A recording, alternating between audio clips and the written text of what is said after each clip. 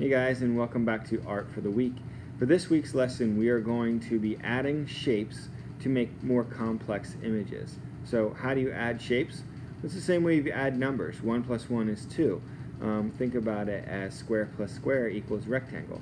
So we're going to be using a bunch of shapes that we created ourselves by folding and cutting out paper, and we're going to be tracing them down to help us draw whatever we want to make. So in my examples, you see me make a rocket, a robot, a house, a car. You can really make anything you want, but I want you to try to use the shapes that you cut out and create to help you draw your drawing. So if you watch the next few videos, you guys can find out just how we can do this. Okay guys, so for this project we need a paper and a pair of scissors. We are going to fold up the paper a bunch of times, cut it up, and create a bunch of shapes that we can trace for our later part of our artwork.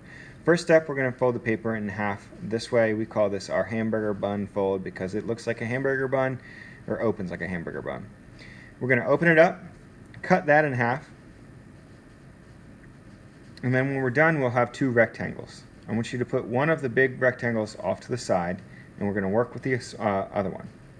Alright, same step. We're going to fold it in half, once again, hamburger style. Open and cut.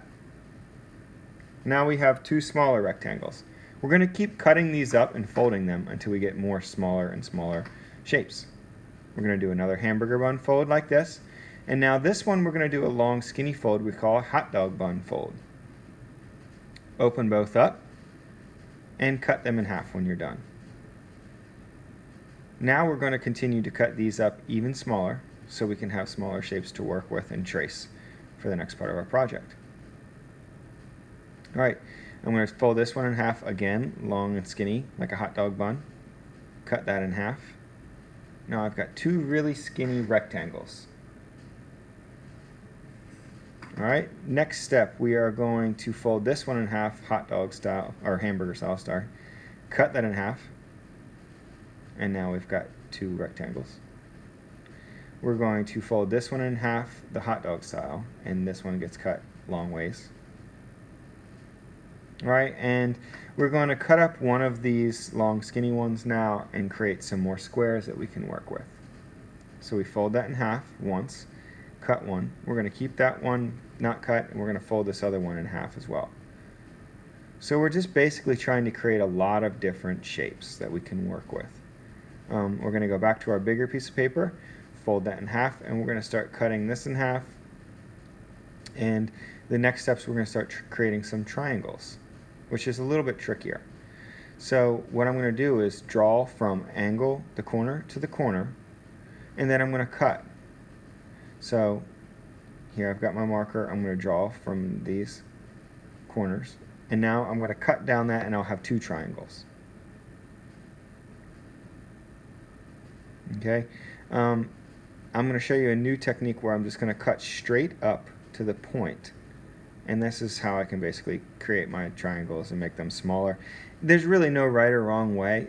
We're just trying to make some smaller triangle shapes. So I'm just cutting all of mine in half by cutting from the point straight up. And now I've created a bunch more triangles. There's really no right or wrong way as long as you end up with a bunch of different size shapes at the end. Okay, next I'm going to use my shapes to create some things. So I'm going to start off by creating a rocket ship. I'm just going to trace the rectangles and different triangles and try to build my rocket ship by adding the shapes together. So you can add simple shapes to make more complex things. Over here I'm trying to make a robot. The robot's going to be a little more complicated than the rocket ship. So some of the older kids, I want you to really try to challenge yourself and see what you can make by tracing your shapes over and over again. So once you're done tracing your shapes to create whatever you're making, I want you guys to go back in and try to add in some details that you might see on your creations. So you can see here I'm adding a face into my robot, an on and off switch, and I'm adding some other details by drawing just some simple lines, dots, and shapes to help my robot look more interesting. I'm going to do the same thing into the rocket ship, adding a little USA, some stripes into the wings, some little windows, and some fire coming out of the rocket, just to kind of make it look a little more interesting. So here's what they both look like while they're finished. Next I'm going to flip my paper over and try to draw some other things. So we made a bunch of shapes, but we haven't made any circles, and I want to make a car. So I'm going to start by just drawing the shape of the car or truck with the shapes we have, and then I'm going to go over top and just draw some circles in. So you can always add some shapes that we didn't already have just by drawing them on yourself. Next up here, you see me starting to add some details in, and I'm actually going in using my eraser and erasing some lines and some shapes that I didn't really want to see. Just adding some details in here, adding the headlights in, half circles as well for those. So you can add some new shapes if you don't have those. Lastly, I'm going to draw a house just using a rectangle and a triangle. My triangle was too small, so I had to flip it over and use it twice to make it a big triangle.